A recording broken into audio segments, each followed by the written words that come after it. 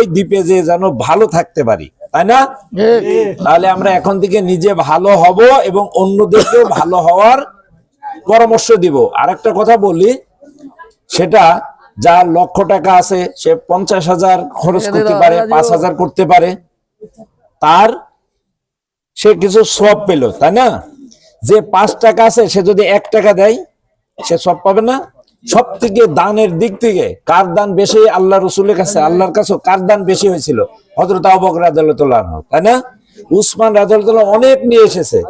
আর হযরত আবু বকর রাদিয়াল্লাহু তার ঘরে কিছু নেই, খেতা বালির বদনা থাল বাটি যা আছে তাই নিয়ে এসে দিয়েছে। দেওয়াতে কি হয়েছে? তার দানটাকে আল্লাহ বেশি পছন্দ করছে এবং সে শ্রেষ্ঠ দাতা হিসাবে স্বীকৃত। আমরা বিভিন্ন আলোচনা শুনি।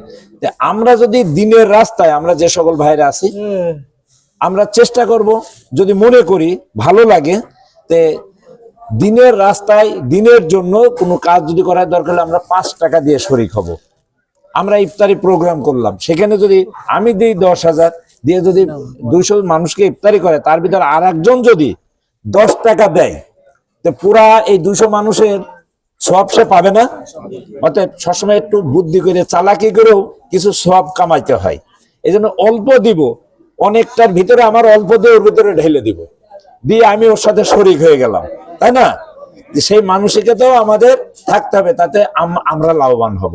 সকলকে ধন্যবাদ, আবারও দেখা হবে ইনশাআল্লাহ। আসসালামু আলাইকুম রাহমাতুল্লাহ।